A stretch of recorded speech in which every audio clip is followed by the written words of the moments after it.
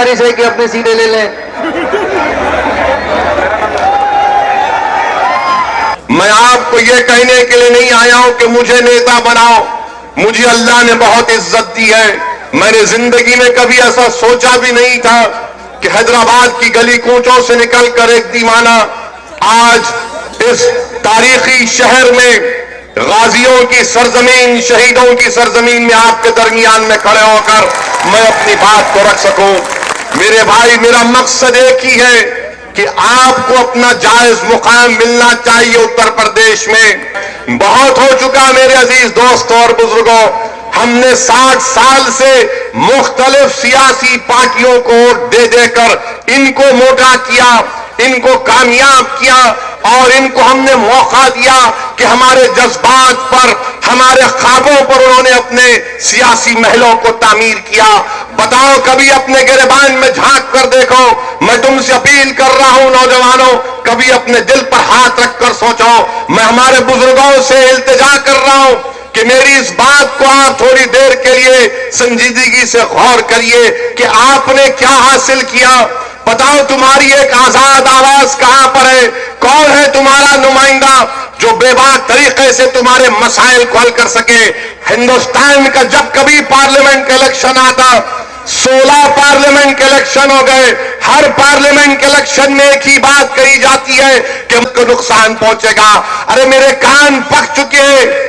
हमारे वतन अजीज में 16 पार्लियामेंट के इलेक्शन हो गए।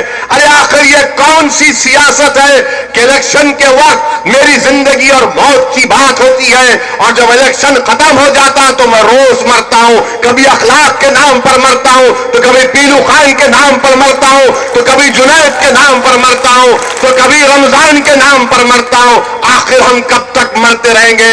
अरे एक बार जिंदा होने की कौम का मिसाल दे दो, खड़े हो जाओ कि हम इनके बातों में आने वाले नहीं है। ना हम हिंदुस्तान में इज्जत की जिंदगी गुजारेंगे इसलिए कि बाबा साहिब अंबेडकर का दिया हुआ संविधान हमको इंसान के तौर पर देखता है। मैं तुम्हारे दरमियान में खड़े होकर अपील कर रहा हूं, तुमको वास्ता है उस गाजी शहीद सालार का, अगर तुम उसके वारिस हो तो खुदा की कसम तुम मोदी से नहीं डर सकते, तुम आरएसएस से नहीं डर सकते।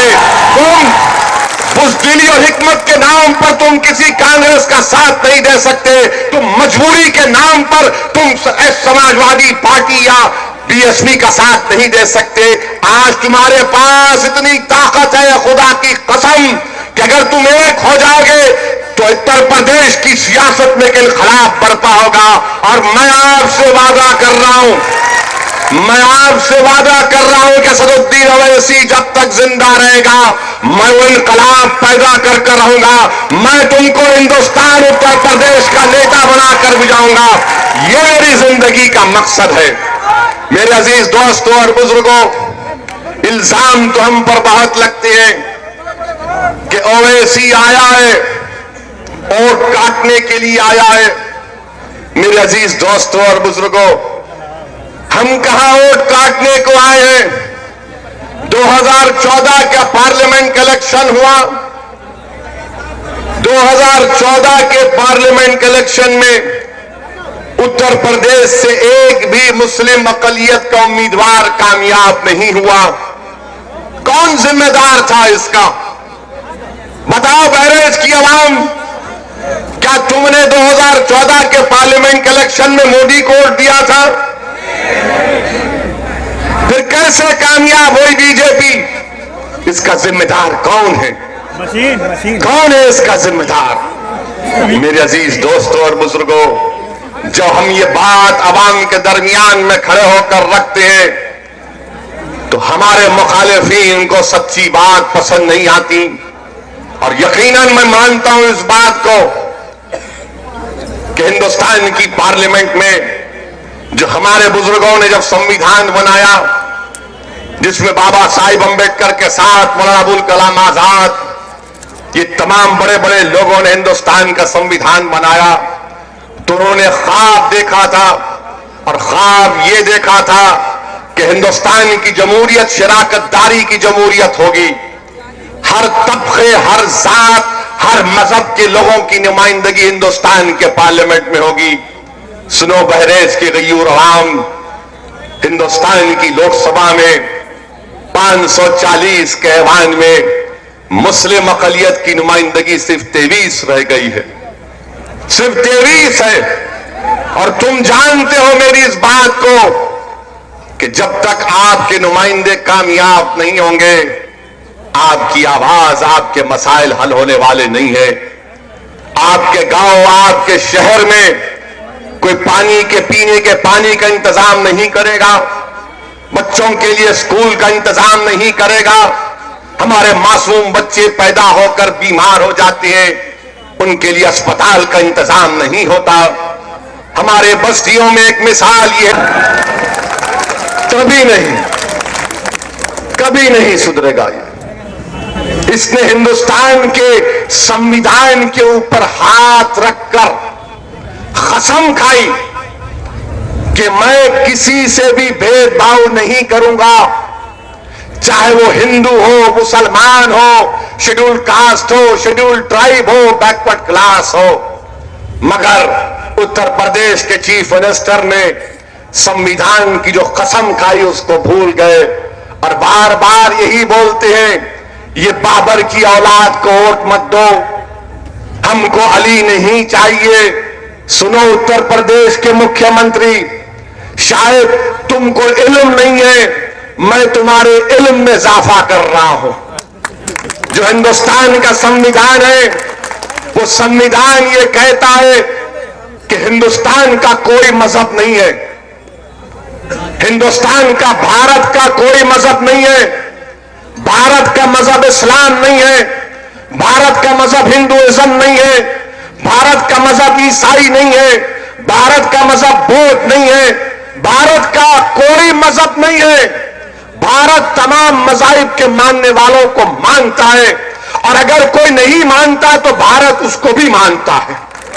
यह हिंदुस्तान की हकीकत है। मगर आरएसएस, बीजेपी और यहां का मुख्यमंत्री ये कहता है कि मुझे अली की जरूरत नहीं है। अरे मुख्यमंत्री, क्या तुम नहीं जानते कि अली ब्रादरान ने अंग्रेजों के खिलाफ जदोजहद की? क्या तुम भूल गए कि एक अली ब्रादरान को हिंदुस्तान की जमीन नसीब नहीं हुई? वो अंग्रेजों से लड़ते लड़ते उनका इंतकाल हो गया तो मस्जिद अक्सा के दामन में उनको अपनी खबर में जगह मिली। मगर ये तासुब किस बात का? आखिर इतनी नफरत क्यों है अली के नाम से? क्यों नफरत है? अरे तुम तो संविधान के ऊपर कसम खाए हो ना मुख्यमंत्री, तुम भूल गए उस कसम को? क्या तुम्हारी नजर में अली बराबर नहीं है? क्यों तुम इस तरह की बात करते? अरे ये मुल्क अली को भी मानने वाला है, ये मुल्क बजरंग बली को भी मानने वाला है। ये हिंदुस्तान की खूबसूरती है। और ये कौन कह रहा है? ये भड़काऊ भाषण, ये भड़काऊ बैजान आपसे कह रहे हैं। मैं कह रहा हूं आपसे, कोई रोक नहीं सकता मुझे। मेरे अजीज दोस्तों और बुजुर्गों, ये आपको सोचना है। और ये मुख्यमंत्री क्या कहता है कि हम ठोक देंगे, हम ठोक देंगे। किसको ठोक देंगे आप? नेशनल ह्यूमन राइट्स कमीशन के पास 16 केसेस गए एनकाउंटर के। नेशनल ह्यूमन राइट्स कमीशन ने कह दिया कि 16 बच्चों पर पुलिस ने ज्यादती की, उनके आला ओहदेदारों के हुक्म पर उन्होंने गोलियां चलाई।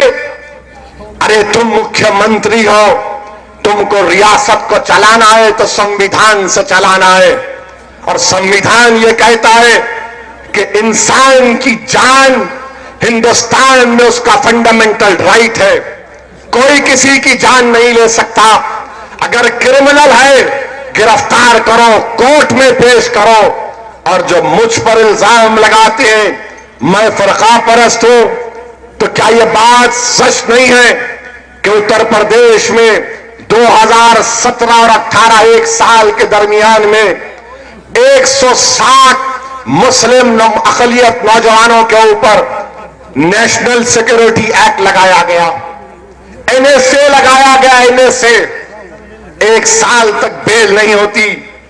आप बताइए, 160, ये मैं नहीं कह रहा हूं, इंडियन एक्सप्रेस अखबार